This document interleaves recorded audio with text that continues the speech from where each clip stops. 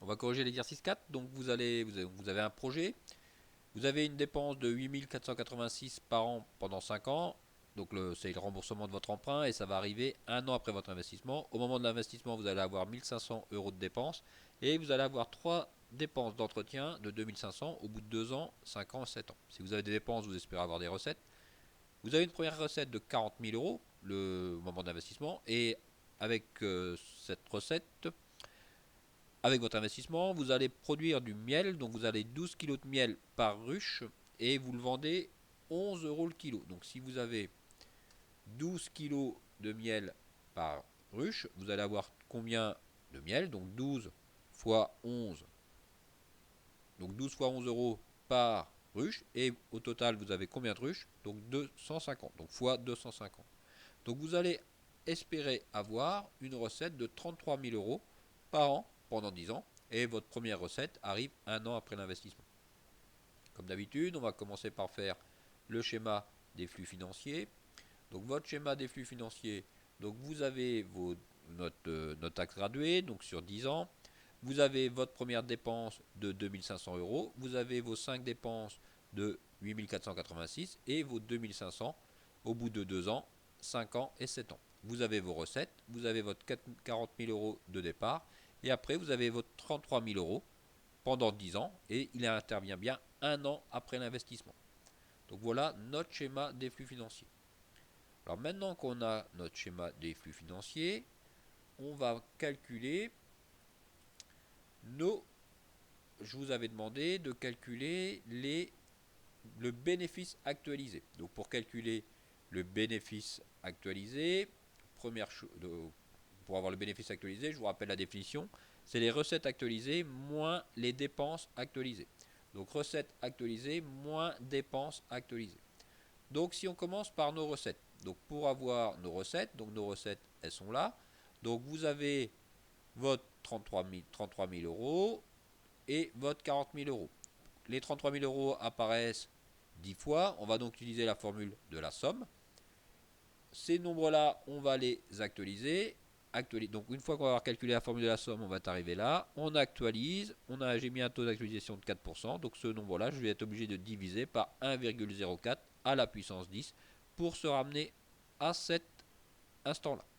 Donc si on calcule, si on écrit donc la formule qui va nous donner ce nombre-là. Donc on va donc avoir nos recettes actualisées. Ça va donc être égal à donc notre 40 000 euros plus 33 000 euros multiplié par 1 moins 1,04 à la puissance 10. Donc 1 moins la raison à la puissance de nombre de termes divisé, donc à la puissance de nombre de termes, donc 10. Donc divisé, donc là le moins 0,4 parce que j'ai fait 1 moins la raison, donc 1 moins la raison, donc 1 moins 1,04 ça me fait bien 0,04. Ce nombre-là, je l'actualise. Donc pour actualiser ce nombre-là, je divise par 1,04 à la puissance 10. Ce qui me fait comme résultat 307 659,6. Donc le résultat 350 659,6.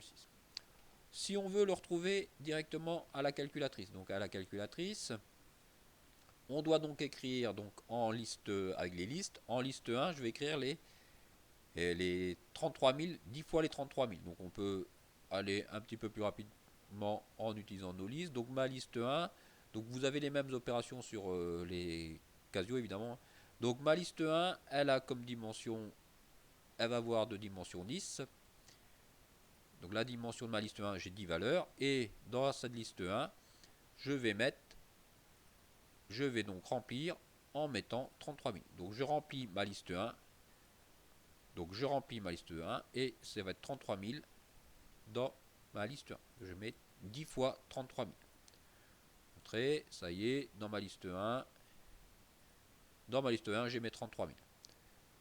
Pour avoir la recette actualisée, donc menu maths financière, c'était sur vos calculatrices, c'est la touche VAN. Le taux, j'avais mis 4. La première valeur, c'était 40 000. Donc 40 000 et les 33 000, ils sont dans la liste 1. Donc seconde liste 1. Donc pareil pour les Casio, hein, sauf que vous n'avez pas ce nombre-là à mettre, puisqu'il faut que vous mettiez le 40 000 au-dessus. Hein. Enfin, au-dessus. Le 40 000 doit être inclus dans votre liste. Si je fais entrée 307 659. Donc c'est bon, j'ai bien la même valeur. Deuxième, donc maintenant, on a nos recettes actualisées. Maintenant, je dois calculer mes dépenses actualisées. Alors les dépenses actualisées, donc les dépenses actualisées, donc ça va être le 1500, il est déjà actualisé. Les 8486, il faut que je les actualise. Donc le 8486, je vais le mettre là, celui-là je le mets là, etc., etc. Donc je vais faire la somme de ces 5 nombres-là, et je vais donc actualiser en divisant par 1,04 à la puissance 5. Le 2500 qui est là, je l'actualise, donc 2500 divisé par 1,04 à la puissance 2. Le 2500 qui est là, je l'actualise, donc divisé par 1,04 à la puissance 5. Et celui-là divisé par 1,04 à la puissance 7. Ce qui doit donc me donner comme formule. Donc la formule pour les dépenses actualisées va donc nous donner quelque chose qui doit être comme ça. Donc le 1500 de départ, il n'a pas à être actualisé. Donc c'est pour ça qu'il est là sans être divisé, puisqu'il est déjà actualisé. Le 8486, donc je vous ai dit, il y en a 5. 1, 2, 3, 4, 5. Donc 8486 multiplié par 1 moins la raison à la puissance de nombre de termes, j'en ai 5. Divisé par 1 moins 1,04, ce qui me fait bien ce nombre-là, moins 0,04. Et comme je dois l'actualiser, je suis arrivé à cet endroit-là. Je dois donc diviser par 1,04 à la puissance 5. Plus mon 2500. 2500, mon premier 2500, je dois donc l'actualiser. Pour l'actualiser, je dois donc diviser par... Donc mon premier 2500, il est là. Donc pour l'actualiser, je vais donc diviser 1 par 1,04 à la puissance 2. Donc c'est donc ce que j'ai écrit ici. Donc plus 1,04 plus 2500 divisé par 1,04 à la puissance 2, plus 2500 divisé par 1,04 à la puissance 5, c'est celui-là que j'actualise, plus 2500 divisé par 1,04 à la puissance 7, c'est donc celui-là que j'actualise. Ce qui doit donc me donner une dépense actualisée de 45 544 euros. Donc voilà ma dépense actualisée. On peut le vérifier à la calculatrice. Donc à la calculatrice, donc ma liste, donc là je peux plus tellement faire ce que j'ai fait tout de suite. Donc faut donc que j'écrive toutes mes dépenses. Hein. Donc on y va. Donc je vous rappelle que sur les Texas, on met pas la première dépense. Donc ma première donc sur ma liste, donc ma liste 2. Donc liste 2. Donc ma première dépense, donc 8486. Ma deuxième dépense, ça va être 8486 plus 2500. Après, j'ai mon 8486, 8486, 8486 plus 2500. Donc 8486 plus 2500. Après l'année 6, j'ai 0. L'année 7, je vais avoir 2500.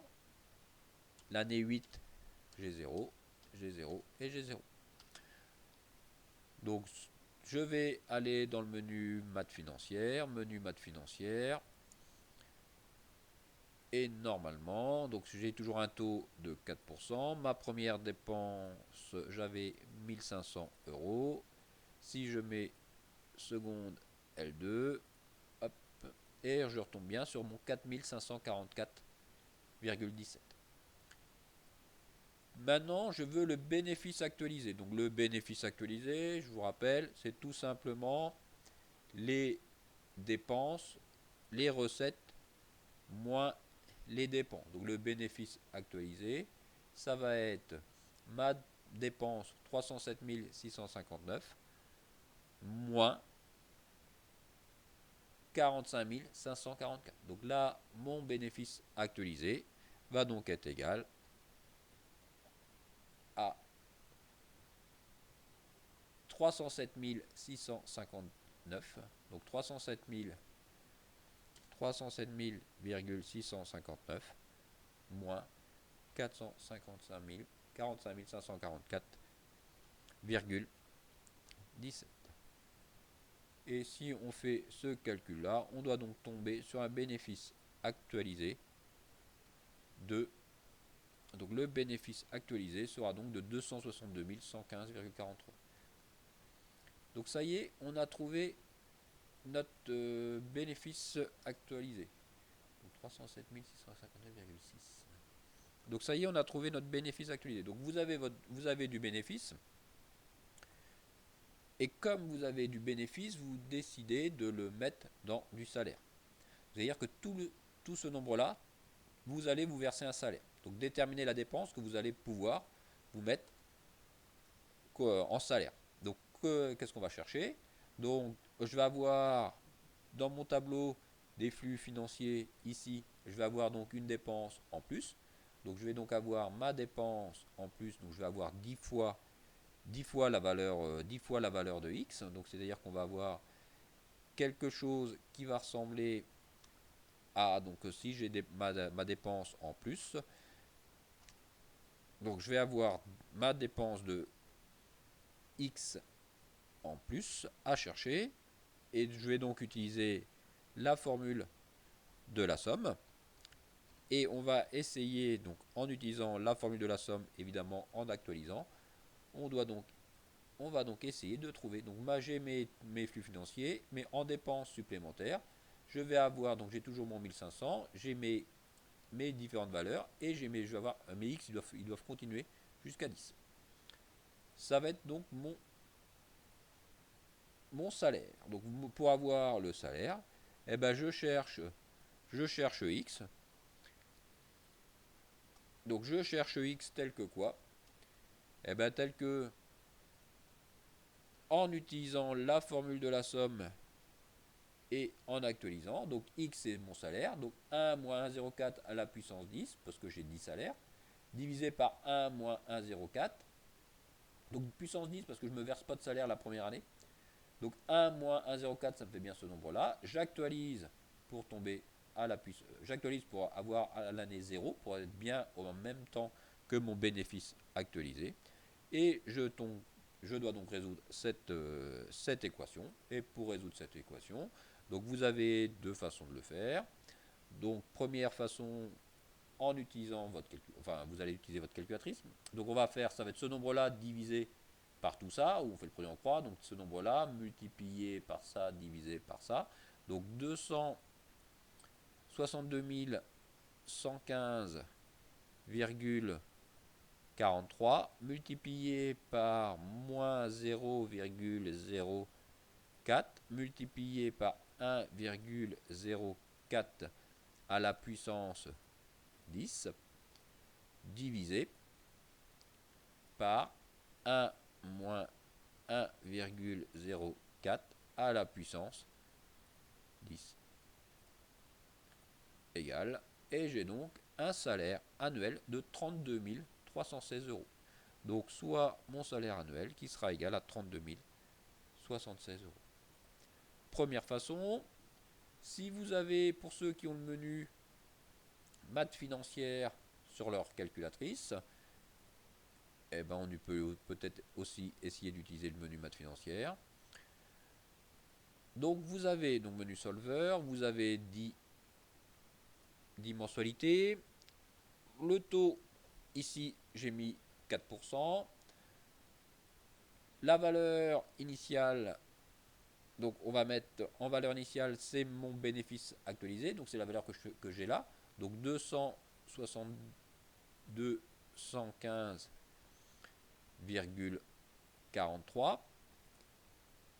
Ma valeur, combien je mets par mois? Ben ça c'est ce que par an. Combien je mets par an? Ben ça c'est ce que je vais être en train de chercher. Et ma valeur finale, ben, il ne va rien me rester puisque je mets tout mon bénéfice. Et je suis en train de chercher ce nombre-là. Donc si je fais Resolve, eh ben, je retombe bien sur le même nombre, 32 316,46.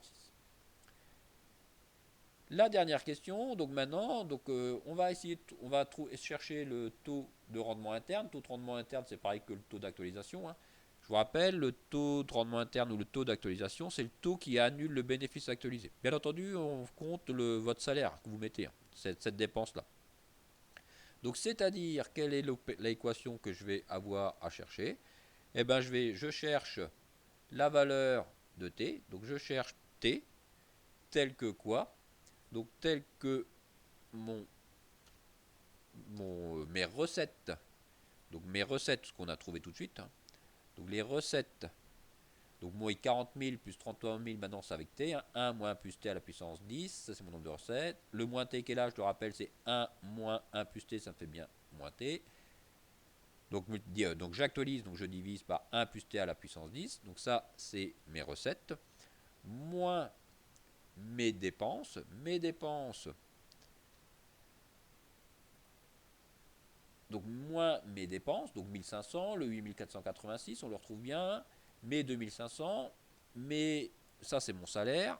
Égale 0. Je dois donc résoudre cette équation-là.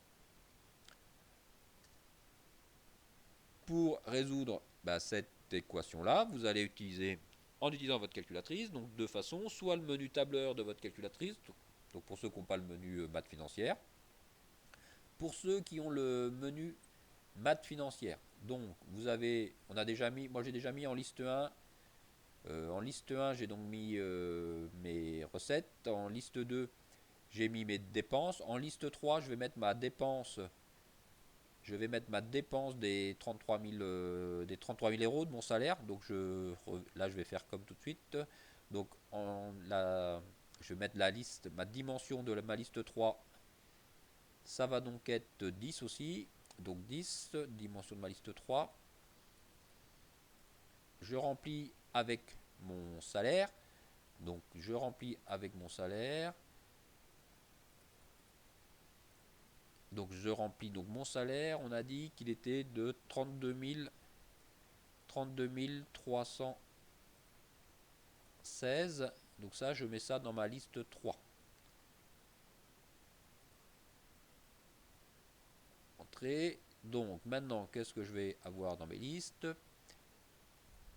Donc dans mes listes.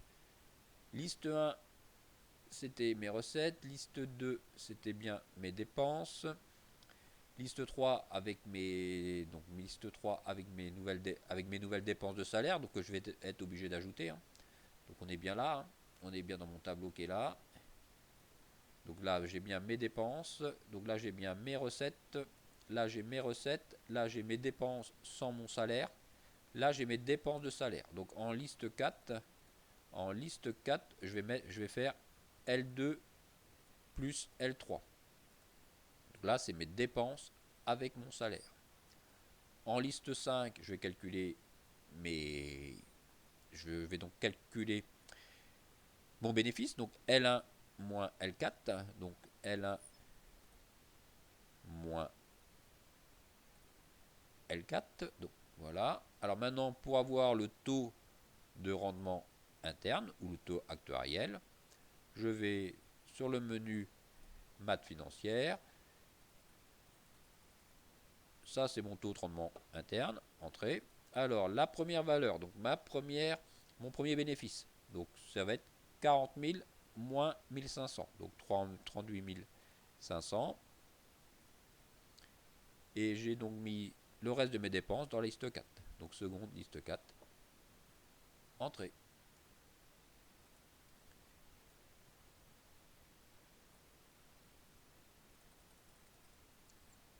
Donc, seconde liste 4 et entrée. Ah, donc, qu'est-ce que j'ai mis dans ma liste 4?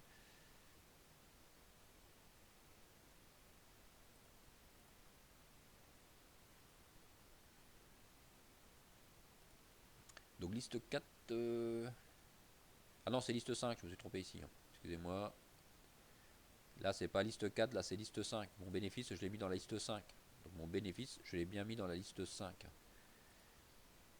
Entrée. Et je tombe sur un taux de 4%. Donc, mon taux de rendement interne va être proche de 4%.